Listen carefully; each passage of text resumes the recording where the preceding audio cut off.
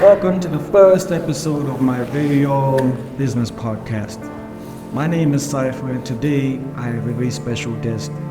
He's one of the best film producers in South Africa, and the work that he has is so amazing. And please, everybody, help me welcome my friend, Rashaka. Yeah, man. It's so good to be here on a live podcast, especially for an audience in Botswana.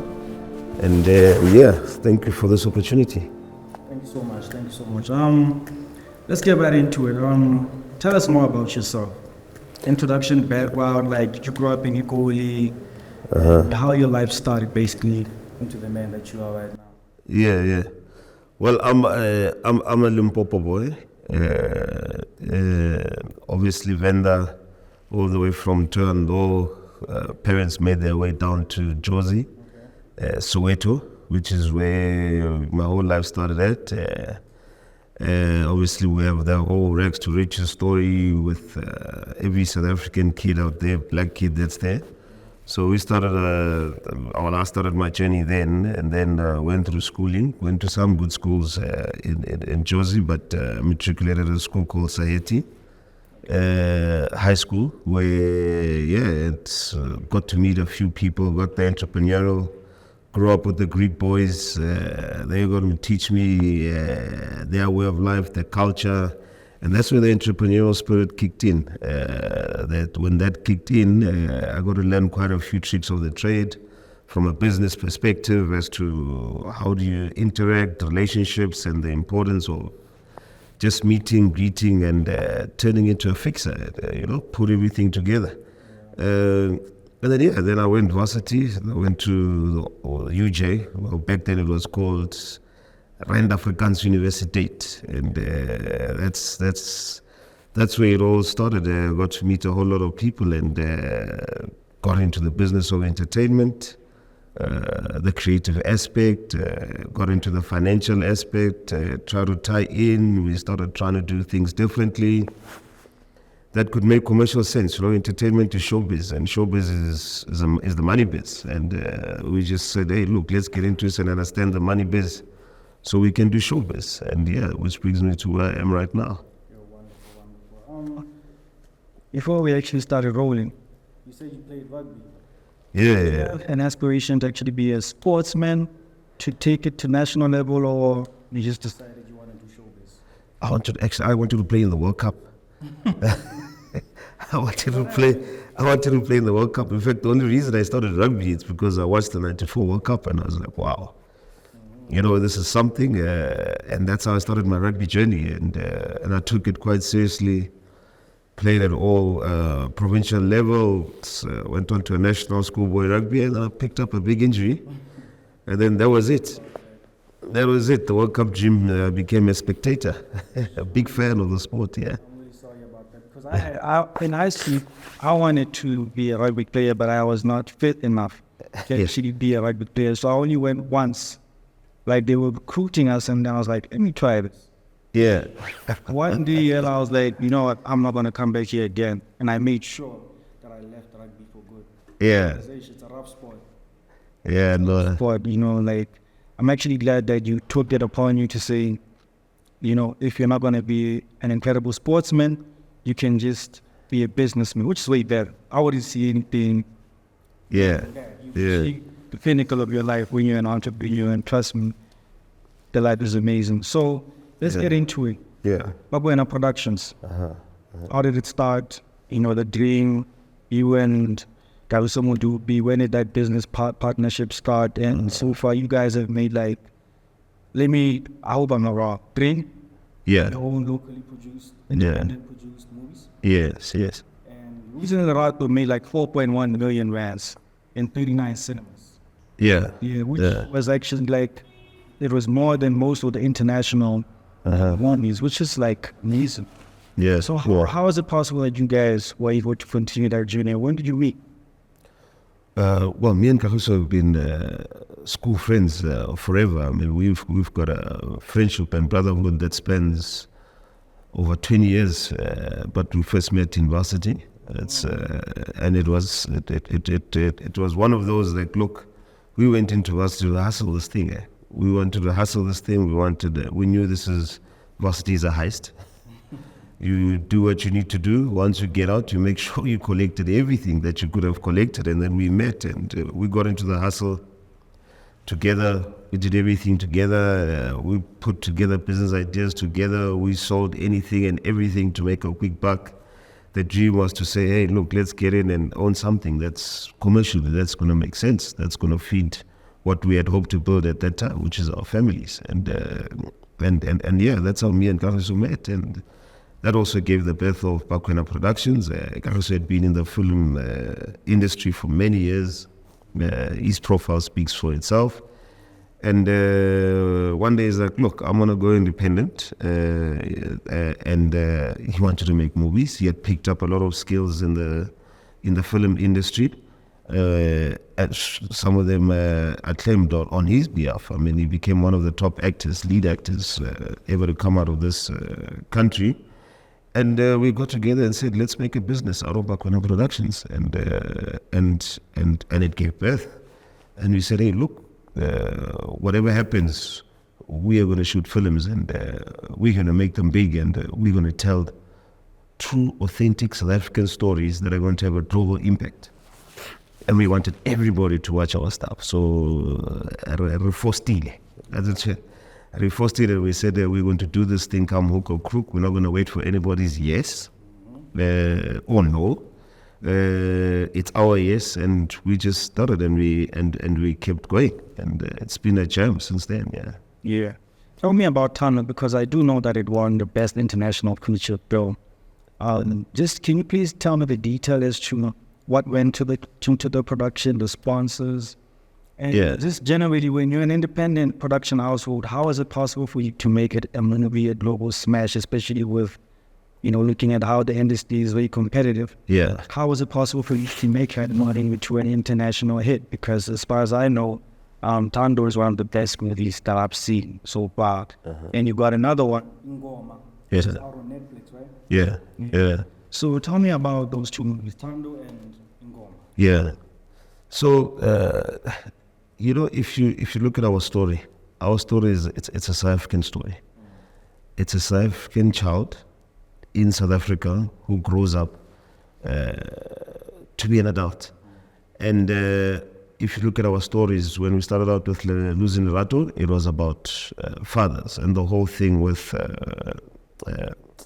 paternal parents that lose their kids and their struggles and the fights that they go through, because not every father does not want their child. In fact, every father wants their child, but circumstantially they go through their own challenges and they go through that, and we told that story.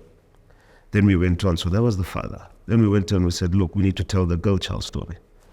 What are our kids? What shapes our kids? The type of things that we're exposed to as South Africans.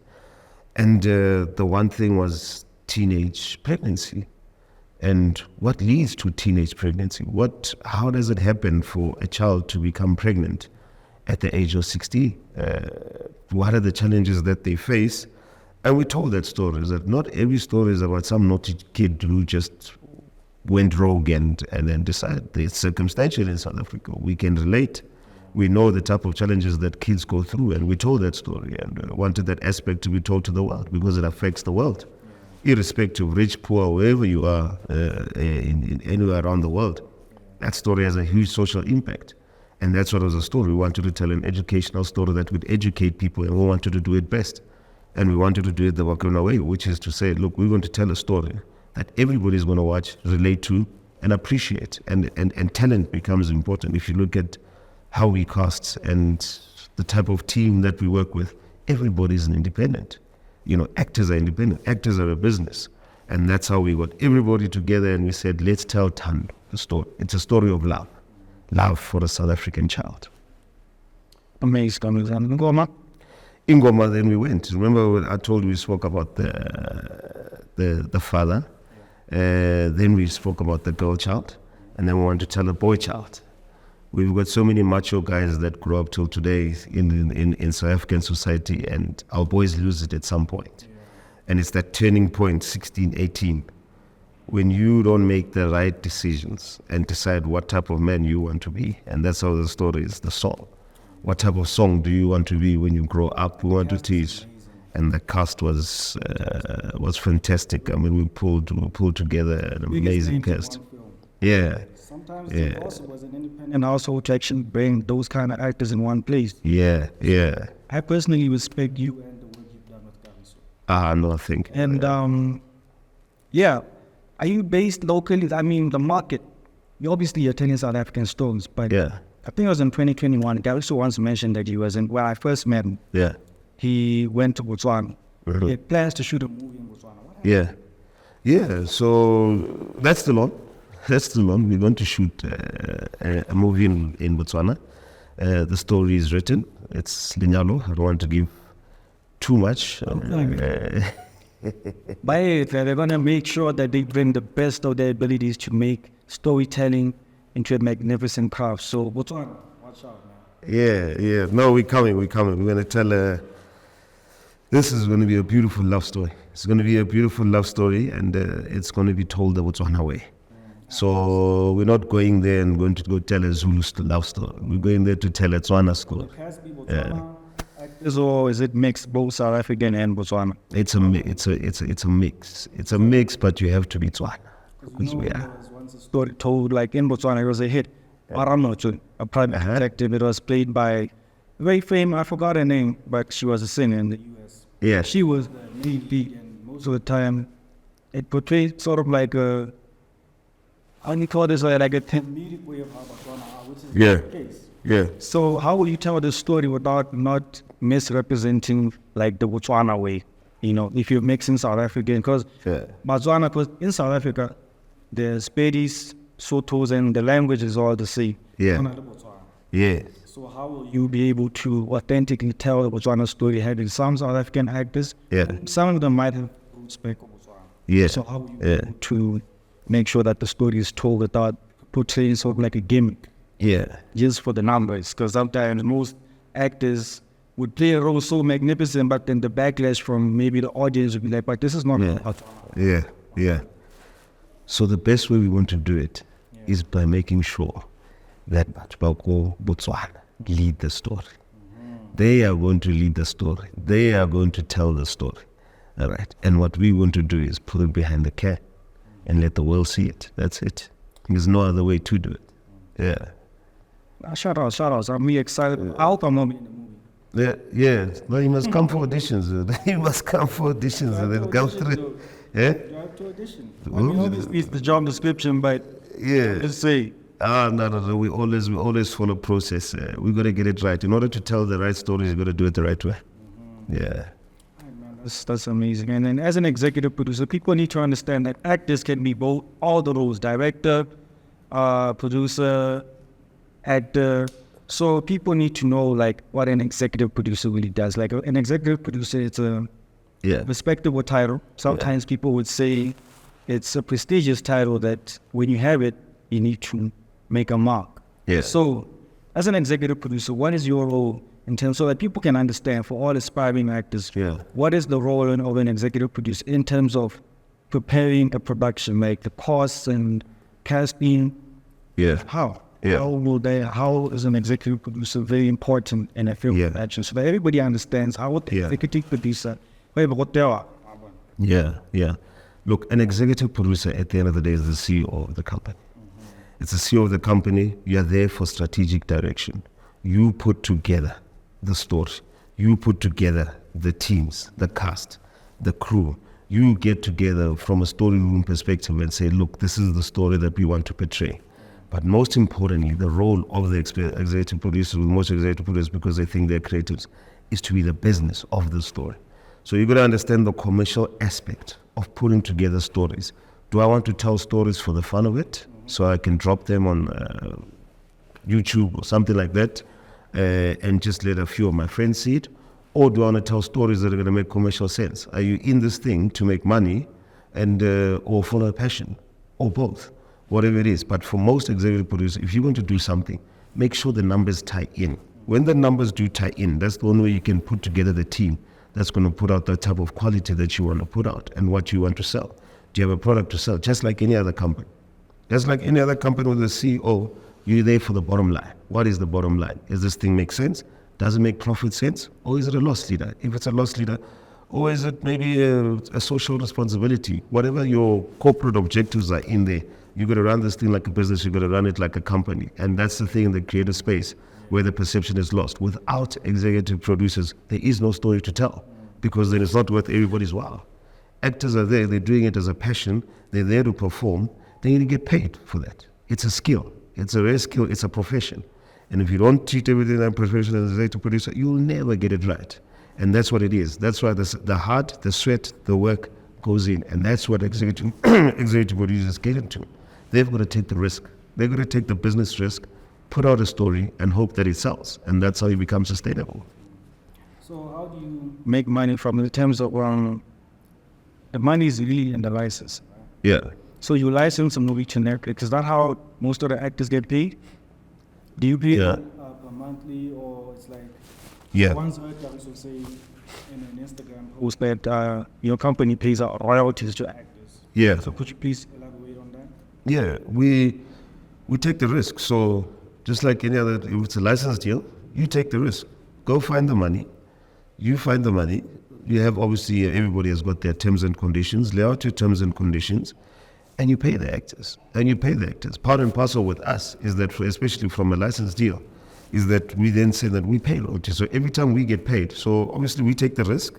We go and shoot this thing. Everybody gets paid for their work while they're on set. We don't wait for anybody to say that, hey, look, we want to sell, because they don't know if we want to sell. So we tell our stories, put the money in, pay everybody. Once we get paid, we say, listen, guys, because in the film business, a film has got an average lifespan of 20 to 30 years. In the 20 to 30 years, we're going to run the journey with you guys. And then we're going to pay royalties. So every time we get paid, you guys get paid. And we keep it as simple as that. We invest in our talent. That's our main motto. It's never like a production venture where Netflix puts out 50% of the capital and then you guys put out 50% of the capital. Or they actually shoot the whole thing and own it, because sometimes when a movie starts it says Netflix original. Yeah. So I understand like guys, they own it for a certain time. Yeah, they rent it. They never own it. They rent it. Exactly. They rent it. Yeah, you own it to the license deal. Yeah, it's yours at the end. Yeah, the other option is the commission deal. Commission deal, they own it. All right, and then they pay you to deliver the service. It's their product at the end of the day. They're the executive producers on it, and you choose. It's hybrid. It's how your business works. It's about numbers, what we do. So it's not as if we're always going to do license deals. We went independent so that we can own our own products. We're in the business now, and understanding the business, we now weigh our options. Where do you get your better traction? Where do you get your better deals? From a commission, from a license deal? And we'll always have a hybrid there. But at the end of the day, we'll still push out what we want to push out from a business perspective. Yeah. So, I'm not them. In the film business now, it's very hard as an unknown actor. Yeah. So, obviously, you're an established company, but if you want maybe new faces, do you take the risk, or is it?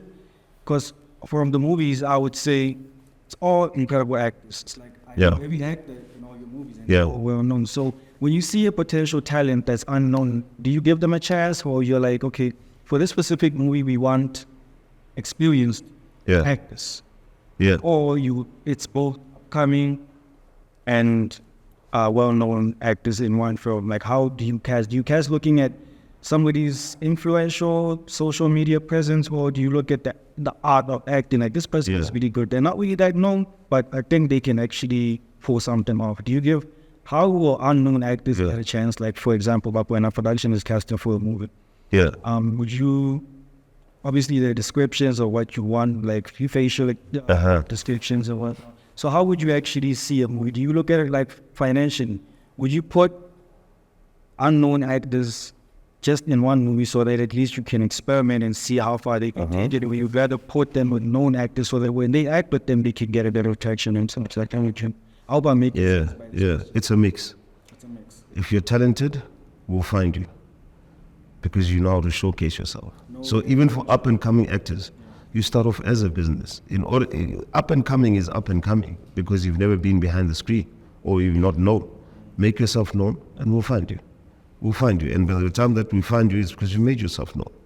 And then we put you in front of the camera. We put you in front of the camera, it's a mixture. But we also do our numbers. We cannot be unapologetic about it. In order for us to make money, we've got to sell a product that's commercially viable. What if they did so well, but they're not paid the same as the well-known actors? Yeah. That's something you want to discuss. No. So you put a price to your tag. With us, we don't say no because you're unknown or what. No. We said, look, we'd like to have you in our movie. This is our budget for that character, for that role. You come with your terms and your pricing. We negotiate and we come to an agreement. We don't have that because this one is known, this one gets paid more or what. No. It's what is the character that we need on that. And if we have costed you and stuff like that, that character is already budgeted for. All right, magnificent. So, any new work that's coming? Because on the album is like the latest one. Yeah. And I haven't watched it. Yeah. And I've seen the trailer to watch it on Netflix. I haven't subscribed, unfortunately. I haven't subscribed yet to my... Watch it. I've got expenses just to start this podcast, so I'm able to see some of the best movies produced in international, but I'll work something else. So what's one of the latest projects you'd want to share with me? Our next one is Losing the Rato 2. Oh. I don't want to tell much. Continue the story. The sequel continues. So remember from the last time... 2019. Yeah. 2019, that's what it is. So the dad comes out of jail. Lerato receives a debt, and we start the story. So that's the next one. We're shooting that. That's a Netflix original. It's coming out, so look out for it. And we've got about another 5 productions that were coming in, including Linyalo. So it's going to be quite a busy year for us. Linyalo happened, like specific time frame. Is it this year, before the end of this year, or maybe next year? Next year. So you're looking at Linyalo, probably next year it'll be out around July next year. Not about this time next year. That's Linyalo. We've got Ululwani coming out. So we've got 3 features coming out. We've got 2 short series coming out. Just look out for the space. It's going to be a busy year. And then obviously there were restrictions with the film industry. Yeah. How are you guys coping with that? You know, but that and a lot of restrictions. Even in the music business, everywhere, work. So how were you able to continue working under those circumstances? All we did was to follow the COVID guidelines, and we continued doing what we're doing. That's what it is. All we made sure is that everybody was protected on set, but we just kept on going. We refused to lie down and say, let's wait for this to be over. At the end of the day, the business needed to run, and we went onto the streets and we shot our stuff. Wonderful. So, one more question. We're about to be finished because obviously, apologies to my viewers, production was a bit slow, so we have limited time on this. So we just had to take it as fast as we can. He's actually supposed to go to another interview on a bit. So yeah. So this is how it's gonna be. What can we expect? Earliest, maybe next month or something. The other month, like local series, like on Mzansi Magic, because from the way I see it, it's sort of like most of your movies are online. Do you have anything that's coming on Mzansi Magic? Productions literally on the big screen. No. We are on Mzansi. Tando is on Mzansi now. Losing Rato is on Mzansi. They're in Showmax. Sometimes I don't have a TV at all. Tando and Losing Rato. Tando and Losing Rato is Losing Rato even is across all platforms on View, Netflix, Amazon, Showmax. We are across. We're on every platform right now. Even when the time comes, also Ingoma also will shoot onto the other platforms. So, and the only thing is that the next one, Losing Rato, is a Netflix original. So it's a Netflix too. That's the one. But we shoot on many platforms. We sell across the board. We want to get as many people as we can watching our stuff, and it's always better to be across many platforms. What advice can we give to potential actors as well as directors Yeah. Make a mark. What advice would you give them?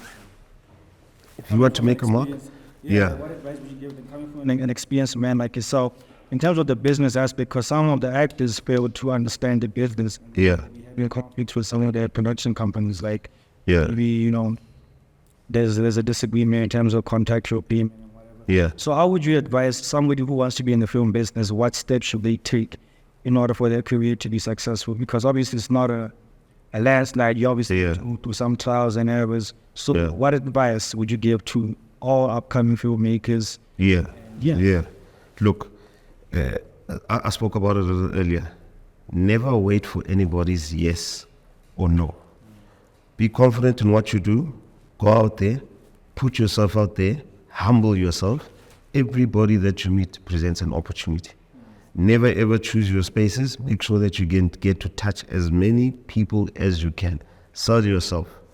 Turn yourself into a product. Turn yourself into a winning product. Turn yourself into a commercial product. Research. Understand what other people are doing out there. Everything is online right now. You can get online. You can see how to put yourself out there. Be active. People underestimate the power of social media.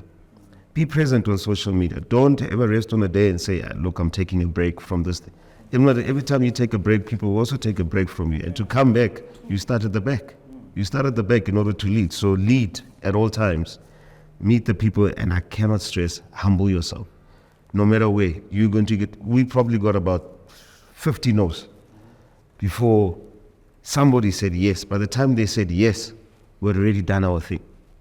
They had to say yes because they found us on their platform. They were like, no, you're only saying yes now.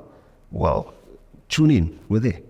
And other stuff. So keep doing what you do, be passionate about it, and never ever stop in the street. And ever don't put yourself on some high chair. Nobody's on any high chair. I can guarantee you that much. Don't put yourself on a high chair. Every opportunity is a business opportunity. Sell yourself out there and do what you love, man, and keep doing it. Yeah. Wonderful. You got 2 kids, right? Yeah, I've got 2 kids. Yeah. Starting film. No. Take different career paths. You want them to follow in your footsteps? No, yeah. No, well, my 2 kids, they're not kids anymore. I mean, my son is 16 and my daughter is 14. So they've been kids now. So there's no pressure. They get to do whatever they want to do. They must just love being at school, just enjoy being kids, and there's no pressure. Whatever they decide to do in life, I'll always be there to support them. And then, because you're so busy, how does your life affect your business life affect your family life? Like obviously sometimes you travel and all. So how do you manage that? Obviously you probably take like maybe 3 months away from home. They're at school, and then you just calling them, trying to find out if they're okay. How do you balance that? Because obviously with your position, I find it very hard to, be with your family all the time. So how do you manage that, especially knowing that your company is going so far, it's winning international awards? Accompany them, do they sometimes visit you? Like, how does that work? Yeah, so family is a very strong support structure. Friends are a very good support structure. And there's a saying, when friends become family, very important, because they support on that. When you're not there, they are there. When you are there, they are there. And more importantly, me with my kids, I take them with. I take them with. So everything that they do, if they get a break from school, I say, well, come, let's go and sit. Let's travel together. Hey, joining me in front of the camera. Maybe just walk past there. Who knows? Somebody might recognize you. So that's me. In that, in everything that I do, I involve family. Family is a part of it. When I'm away from home, every time I'm home, I spend a lot of time with my kids. I do everything that I can do. Take them to school, pick them up, the whole thing. Just sit with their homework when they go out or they want to go out, and they can have me there. Well, my kids are teenagers now; they don't want me there when they go out. But in the past, it's wherever they are. I said, "Oh, let me go. Let's go out for lunch. Let's do things together. Let's travel together." And we strike it. They've got a good attitude. In fact, they're more busy than me right now with all the activities that take place at schools these days. Yeah. So there's that question that everybody likes to ask. Yeah. How would you want people to remember you as Rashaka? How would you want the world to remember you? Because the work you're doing is so amazing. How would you want people to remember you? What legacy are you trying to build for yourself as well as for your generation? Look, it's not how would I like people to remember me. For me, it's what mark have I left in people's lives so that they can improve. So it's not about what I'm living my journey.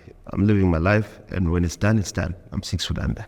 It's the impact, the lives that I have touched. If I have touched somebody's life and I can see them grow and I can see them become a success, for me, that's my journey. That's my journey, and that's the mark that I want to live. I said, look, I was part of that journey. I was part of that journey. I was part of that success story. I want to be a success story. I want everybody to be my success story.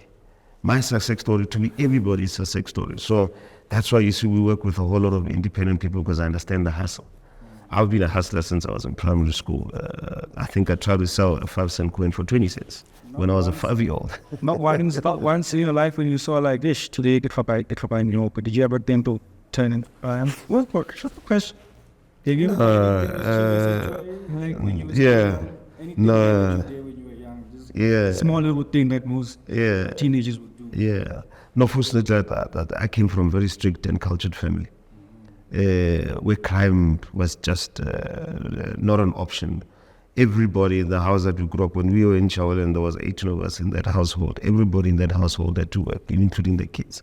And my grandfather put a set foot in. He had all his kids under one roof in a 4-roomed house with their families. And the one thing that the man did when he was still alive is that he'd wake up at 4 o'clock in the morning, he'd sleep at 7 p.m.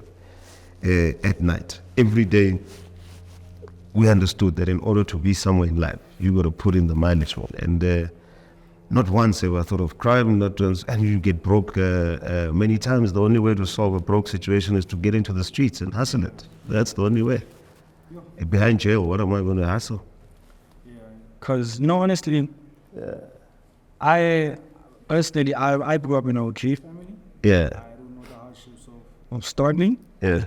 Both my parents, my mom, she's worked so hard. My dad, also, he worked very hard. He was one of the chief engineers at Botswana Power Corporation, ESCOM. And then he retired, took his package, started a farm life. My mom is an engineer as well in her own right. So basically, I grew up in a system where there was stability. Yeah. Yeah. So I also, I was very mischievous. Yeah. To the point where I even went to several schools because I was like that crazy. Then there came a time where I was like, if I really want to be a public figure, I've got to control myself. I've got to listen to my conscience and know what is right and what is wrong in my family. Yeah. Should not be disappointed. But then we didn't grow up the same, obviously. Yeah. Obviously, you're older than me. In terms of the situational background, you had to learn things the hard way, which is why you are where you are.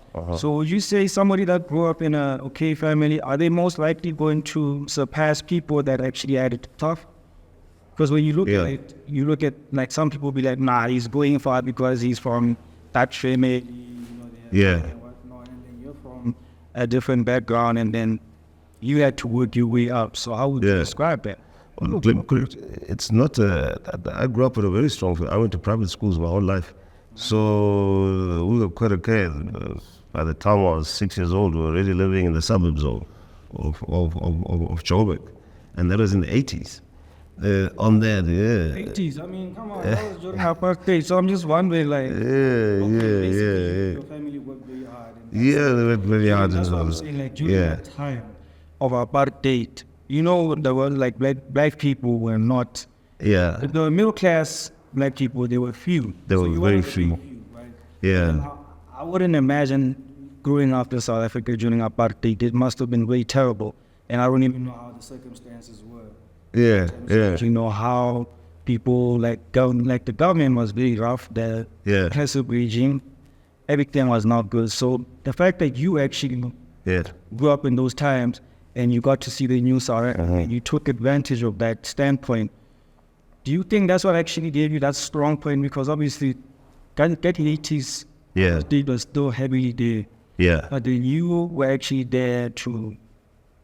You didn't experience no form of intimidation during that time at school. No. During that time, you played with a lot of white kids. I was the only black kid. Didn't they treat you different? No. During that time, I can imagine. Yeah. Yeah. I didn't go to the schools that I went to on a ticket. Stuff like that. I was paying the same fees that everybody else was paying for. The boys that was living in the same streets they were living in. So didn't go there to say, hey, look, I popped in on some scholarship. No. So my dad fought the struggle. His struggle was an apartheid story. He's got many stories. He's a struggle activist till today. He's got stories for days. He lived throughout the struggle. He is well known in South African politics. And the like he did, that was his game. Mine was the commercial one. I got it and I said, look, yes, I was born from privilege. I didn't take the privilege and say, now that means I must chill back and then see and wait for things. I saw what he had to go through to get us where we were. And I said, look, I can't go through that struggle, but there's a new struggle. I've got to make sure that we maintain so that my kids also can choose their own struggle. And if it has to be, he would have struggled at that time. But he was entrepreneurial. He taught me a lot in the game, and I lived that story, and I was exposed to various backgrounds. My friends came from various backgrounds. I never stopped learning. I went to the farms to go live, just to learn how things were there, what impact I could make. I've traveled across African contexts, right up to Dar es Salaam, Nigeria, all over the place. I understand the African story.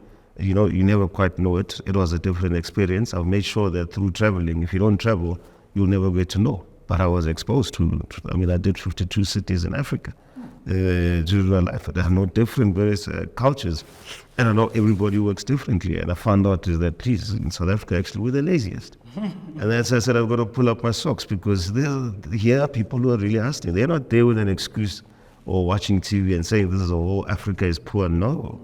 Everybody in there is in the hustle game. They're hustling it out so they can live better, and that's it. Whether you come from a rich background, poor background, you always want better for yourself. So that's always been, be the A game. I always wanted to be in the A game, and I'm going to make sure I stay in the A game. That's it. That's the only trick I know.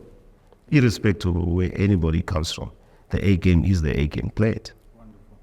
Have you ever dated a white woman? No, I mean, come on.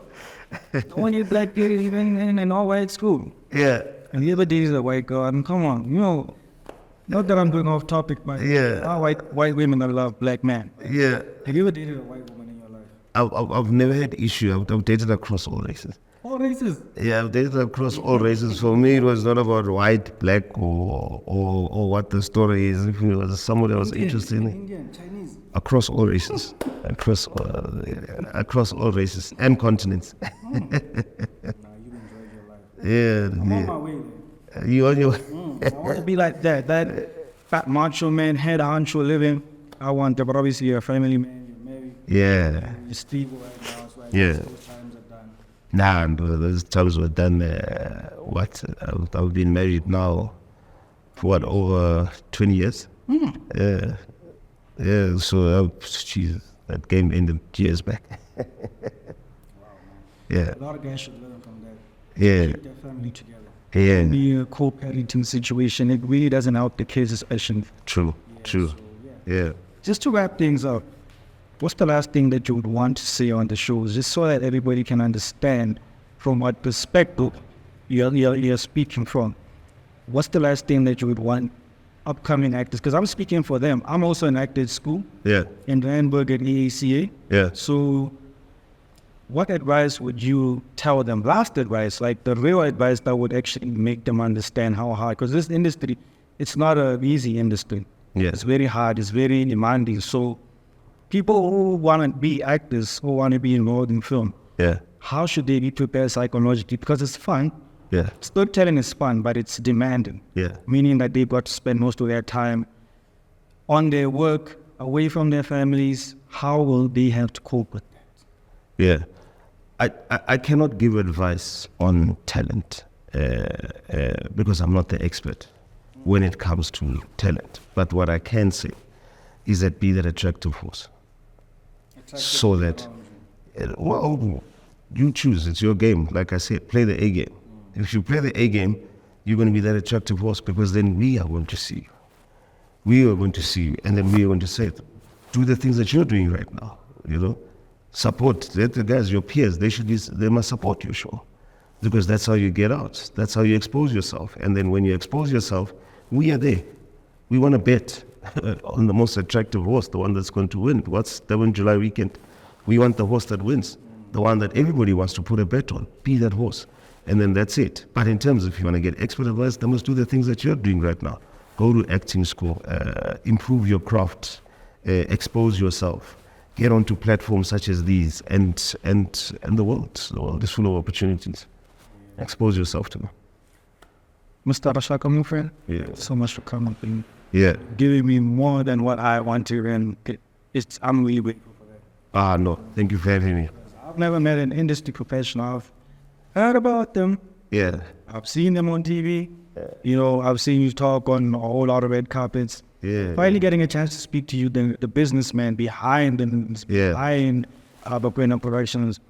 I'm also trying to start my own business, this podcasting business. Shout out to Guest TV for this. And yeah, basically I'm also on the same path. I want to start my own things. I want to wait for opportunities. I would really want to be a self-made businessman, because at this point, life is short. Yeah. You can't True. wait for opportunities. True. You gotta take them. True. Yeah. Yeah. Man or high water, you've got to really fight for you, especially in Johannesburg. Yeah. Like, because it's like the city of opportunities. Yeah. Where everybody across the world is actually here to make a mark. So the competition is stiff. Yeah. Yeah. All categories. So basically, thank you so much for coming. Yeah. Yeah. I wish you many more successful stories in the film business. Can't wait for that movie in Muofhe.